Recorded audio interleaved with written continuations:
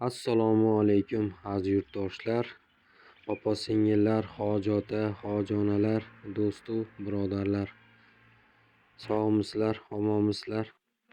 Biz yana bir obyektimizga tashrif buyurdik. Ushbu obyektimiz Oltiariq tumani Eskarab qishlog'ida joylashgan. Ko'rib turganlaringdek ishlarni boshlab yuborganmiz. Shlaka blok ustidan kafelnikli tortishni boshladik. Tashqi tomoni uyda ko'rinishlariga o'zlaring ko'rib baho berasizlar. Juda ham cho'tki bir proyekt bilan qurilgan ekan ushbu fayzli xonadonimiz. Xudo xolasa ushbu obyektda kvadratlarini ham chiqardik. 240 kvadrat chiqdi. 240 kvadratda 90 ming so'mdan gipki kamin, laka, klegi va usta xizmatlari ichida dogovor qilganmiz. Do'stlar, uy ichi ko'rinishlariga o'zlaring ko'rib baho berishlari mumkin. Juda ham chiroyli, fayzli xonadon ekan. To'g'risi o'zimga juda yoqdi, havas qildim.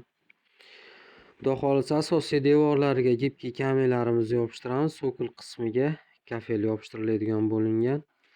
Kafel ustanovkasini 60 ming so'mdan 60 kvadratga dogovor qilindi. Do'stlar, ushbu obyektimizga bir cho'tki fason tanladik. Yarashadigan umiddamiz. Bizdan uzoqlashmanglar. Gipki kaminda yopishtirishni boshlaganimizda qisqa video syomka qilib sizlar bilan bo'lishib, qo'ldan kelgancha yoritib boramiz.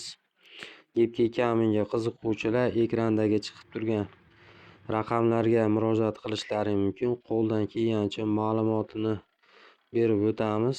Do'stlar, biz hozirda O'zbekiston bo'ylab gipki kamelarimizni asosiy devor sokullariga yopishtirib kelyapmiz. Narxiga kelsak 90 mingdan 105 minggacha. Usta haqqi ichida gipki kaminning o'zining narxi 55 ming so'm, laka, klegi dastavkasi ichida. Do'stlar, ushbu xonadonimizga asosiy devor, ba'zi sokul qismlariga gipki kamelarimizni yopishtirishdan oldin kafelni klelarida gruntovkalarni surtib, keyin gipki kamelarimizni yopishtiramiz. Do'stlar, bizdan uzoqlashmanglar, sog' bo'linglar, salomat bo'linglar. Biz har doimgidek xizmatlaringdamiz. Bizni kuzatishdan charchamanglar.